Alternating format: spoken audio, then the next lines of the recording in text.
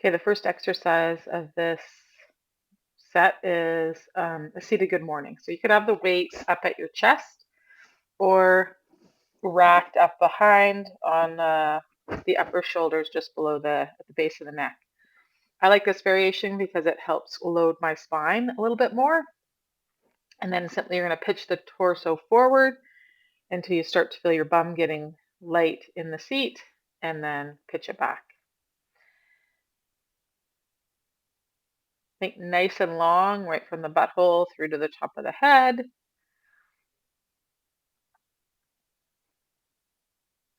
You might inhale as you come down and then exhale as you come back up.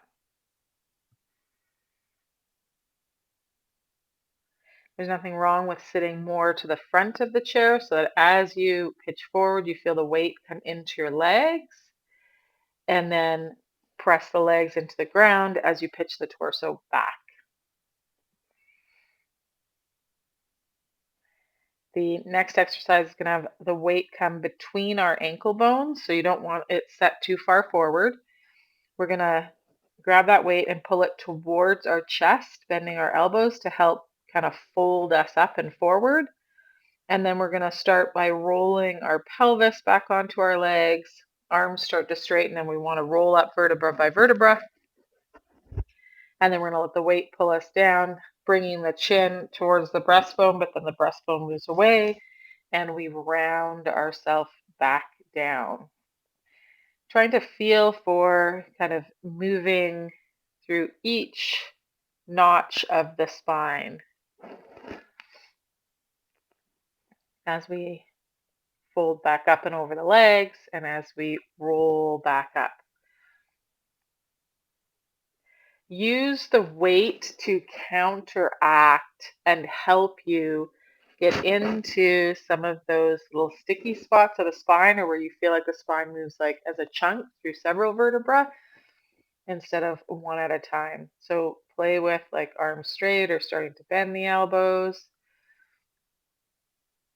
Play with the weight of the weight. Mine is 40 pounds. So, if it's too light, you won't have something to counterbalance the movement of your weight. Okay.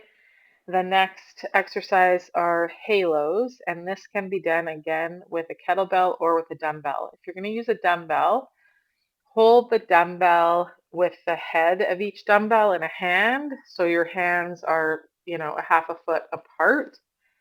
We don't want them too close together or there won't be space.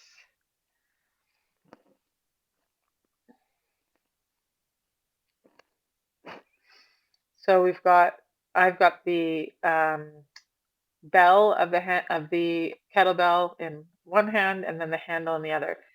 We're thinking about like framing the head with 90-degree angle of the arms. So the elbow catches it, the weight comes on top, and then the elbow presses the hand to go around.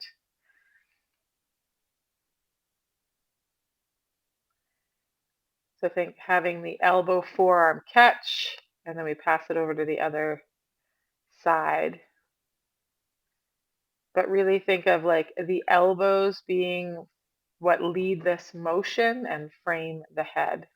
So I want 3 or 4 in one direction, 3 or 4 in the other. Then the last exercise in this set, and then we take a 2-minute break, is a loaded walk, and we're focused on, as we get down and low, it's a lateral pitch of the top of the shin bone. And as it pitches out, you'll feel how that pushes you onto the other leg or the other side. Okay, so it's a lateral pitch of the top of the shin or the tibia. And notice which way your shin bone kind of points to start, because it might be more in a 45-degree angle and less sort of directly lateral.